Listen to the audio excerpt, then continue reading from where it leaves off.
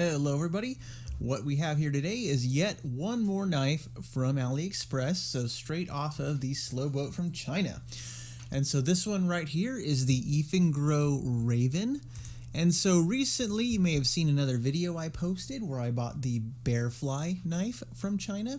And while I was there checking out, I figure, if I'm going to buy one knife, might as well put in two in the order just so I can get something, for my money.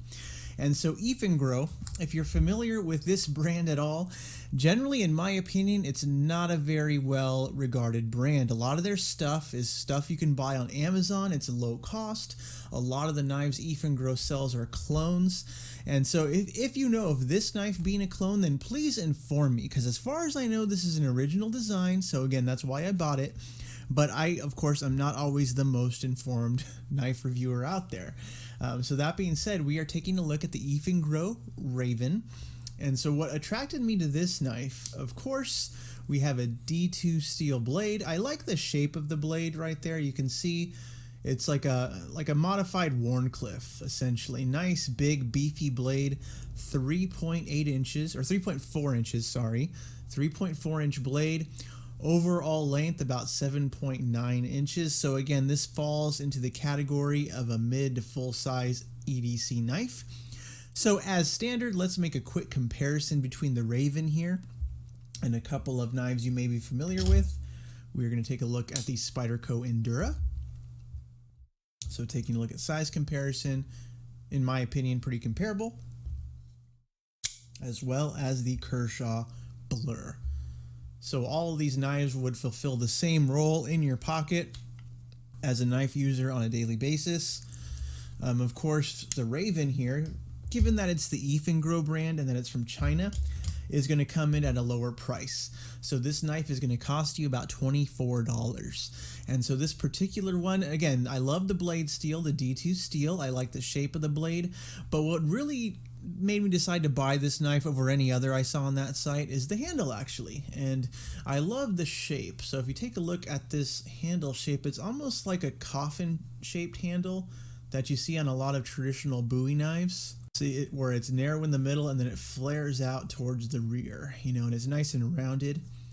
This particular one, of course, as you can tell, this is Jade G10. So we can see this little milled out pocket towards the front where the axis lock works. So I thought that was kind of neat. So they do offer this knife in both the Jade G10 as well as black G10, but black, again, kind of boring. I have a billion black knives, so let's go with the Jade. And so it also adds options for customization, because this particular knife, when I bought it, I actually do intend to dye the scales. So we are going to try that later on.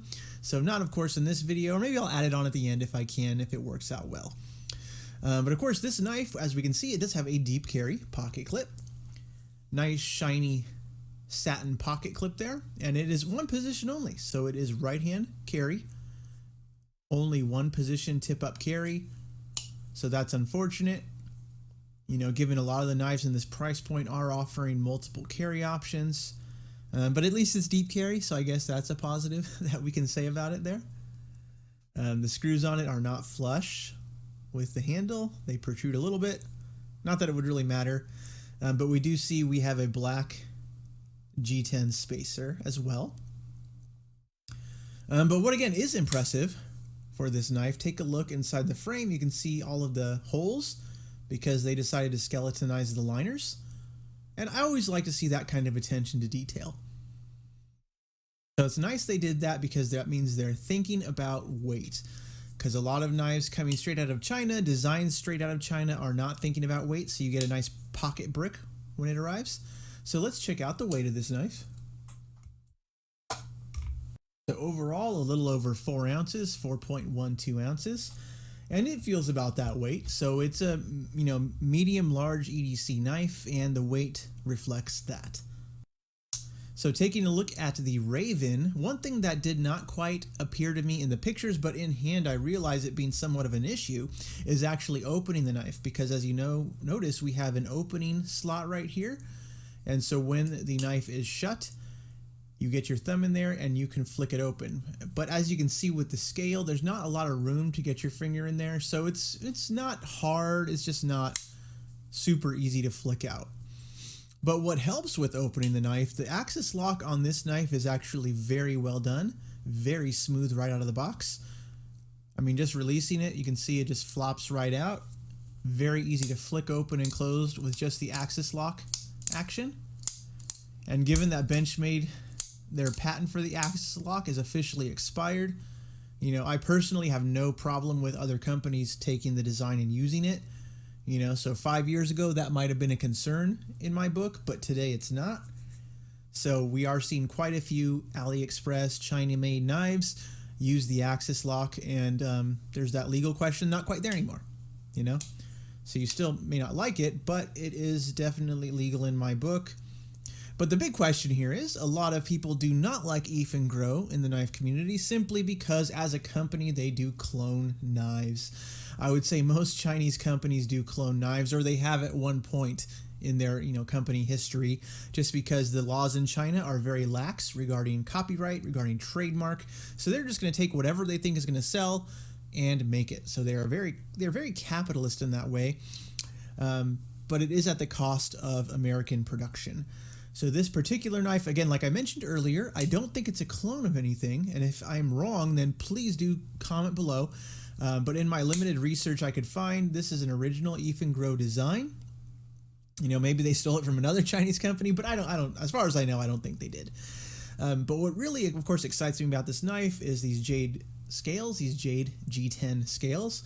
I have some purple Rit dye, and we are going to try to dye them and see how it comes out. And now I've never done that before. You know, it's kind of a new thing for me, but I've watched some tutorials on YouTube here, and it doesn't seem that hard. So if that is successful, then we can expect an update right about now. All right, so fast forward in time a couple of days, and we have some purple scales on this knife. So I dyed the Jade G10 to a light purple color here on the Raven. So check that out. Still semi-translucent, but a fairly straightforward process. Just wanted to show off the end result. And some neat things I noticed when taking apart this knife. First off, none of the screws stripped, so that was a good thing. And second, this knife actually does run on bearings. So that was why, of course, this thing is so slick right out of the box. So it does run on bearings in there. And the bearings, they don't have a track or anything. They just run straight on the steel liners. But it does make for a very smooth action. So to see bearings on a knife at $24, pretty good deal in my opinion. I also found out in the meantime that this particular knife is available on Amazon. So if you go to Amazon, you can find this knife. It's not called the Raven. They do have one of their model numbers, like the E something something something, but you can buy it on Amazon with Prime shipping. So if you want the knife much sooner than waiting from China, you can get it on Amazon for around the same price as I paid. So that's actually a pretty good deal. So they have it available in both the black G10 and the Jade G10, the natural G10 color.